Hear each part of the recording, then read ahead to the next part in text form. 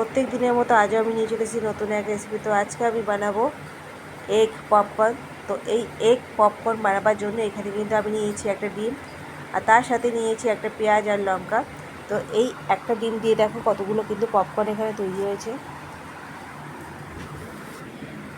আমি এই popcorn recipe কীভাবে তৈরি করেছি সেটা কিন্তু দেখতে হলে কিন্তু তোমাদের অবশ্যই আমার সাথে থাকতে হবে, আমার পুরো ভিডিও তোমাদের দেখতে হবে বন্ধুরা। তাই বলছি বন্ধুরা, তোমরা প্লিজ আমার পুরো ভিডিওটা দেখো, দেখে তোমরা লাইক, শেয়ার আর কমেন্ট করো। নতুন যারা বন্ধু আছো তাদের কাছে আমার অনুরোধ যে বন্ধু তোমরা প্লিজ আমার চ্যানেলটাকে সাবস্ক্রাইব করে আমার পাশে থেকো।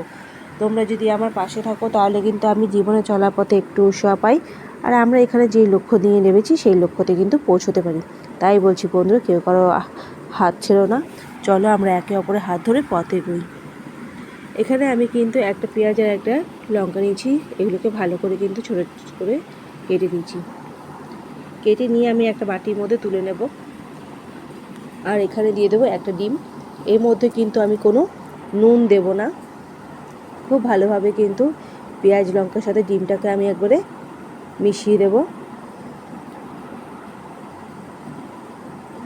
ভালোভাবে যখন ডিমটা মিশে যাবে পেঁয়াজ লঙ্কার সাথে, তারপর কিন্তু এখানে আমি তেল গরম করতে দিয়েছি গ্যাসেতে।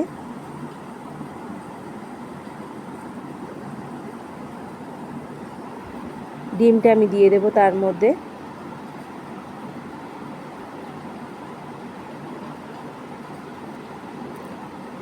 এক সাইড হয়ে যাওয়ার পর আমি আরেকটা সাইডে করে নিয়েছি, ভেজে নিয়েছি। ভেজে নেওয়ার পর কিন্তু আমি ঠিক এইভাবে কিন্তু চামচ দিয়ে কেটে নেব ডিমটাকে। খুব একটা কিন্তু বেশি বড় না, আবার একদম ছোট করব না, ঠিক মাঝারি সাইজে কিন্তু আমি করেছি। ডিমটা আমি চামচ দিয়ে এরকম করে কেটে নিয়েছি।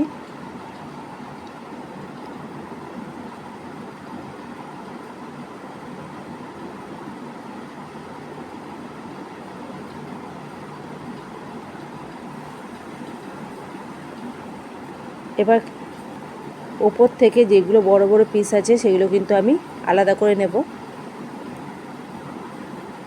এ দেখো আমি কিন্তু একদম ছোট ছোট করিনি, পিসগুলো একটু বড় আছে, খুব বড় না খুব ছোট না, আমি একদম মাঝারি সাইজের আছে। পিসগুলো আমি তুলে নিলাম বড়গুলো। আর এই যে রয়েছে গুঁড়ো পিসগুলো, এগুলো কিন্তু আমি সব দিয়ে দেবো বেসনের মধ্যে। এই দেখো সব আমি তুলে নিয়েছি। আমি বেসনের মধ্যে নিয়েছি এখানে, তার মধ্যে কিন্তু এই যে গুঁড়ো যেগুলো বেরিয়েছে সেগুলো কিন্তু আমি দিয়ে দিচ্ছি।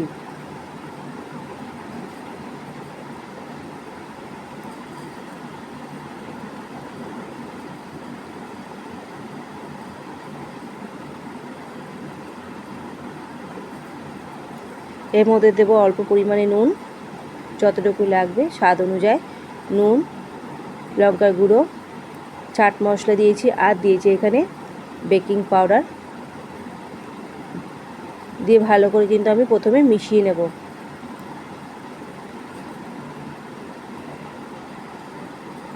সব কিছুর সাথে ভালো করে মিশিয়ে নিয়েছি। এবার আমি কি করব, তেল যে গরম করতে দিয়েছি তার থেকে কিন্তু একটু গরম তেল আমি এর মধ্যে দিয়ে দেব। বেসনের মধ্যে দিয়ে কিন্তু ভালো করে মিশিয়ে নেব, যাতে একটুখানি ক্রাঞ্চি ভাবটা ভালোভাবে আসে। গরম তেলটা বেসনের সাথে খুব ভালো করে মিশিয়ে নিয়েছি। এবার অল্প করে জল দিয়ে আমি বেসনটা গুলে নেব, খুব পাতলা না খুব গাঢ় না।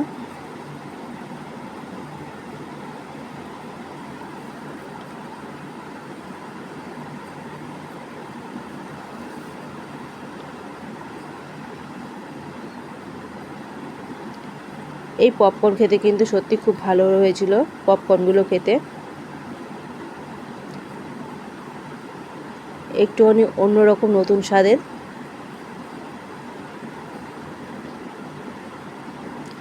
এখানে আর একটু জল লাগবে, এটা আবার বেশি গাঢ় হয়ে গেছে, আর একটু জল দিয়ে আমি পাতলা করে নেব।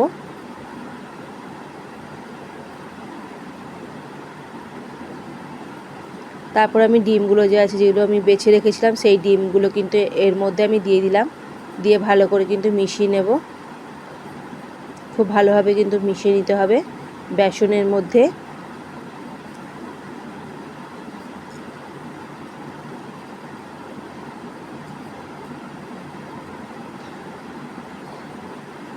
এখানে তেল গরম হয়ে গেছে। এবার আমি ঠিক একটা একটা করে কিন্তু পিস এইভাবে ছেড়ে ছেড়ে দেব।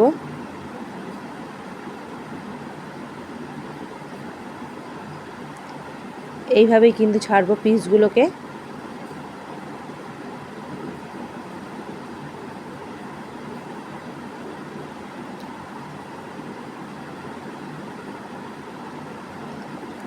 একটা সাইড ভাজা হয়ে যাওয়ার পর আমি আরেকটা সাইড কিন্তু ভেজে নেব। খুব সুন্দর কিন্তু খেতে হয়েছে এই এগ পপকর্ন। তো আমার এই রেসিপি তোমাদের কীরকম লাগলো বন্ধুরা, তোমরা কিন্তু অবশ্যই আমাকে কমেন্টে জানাবে।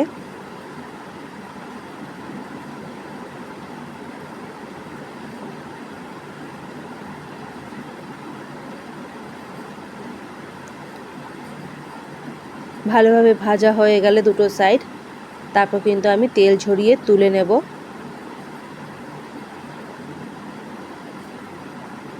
দেখো খুব সুন্দর কিন্তু ভাজা হয়ে গেছে। এবার আমি তুলে নিচ্ছি তেলটা ভালো করে ঝরিয়ে।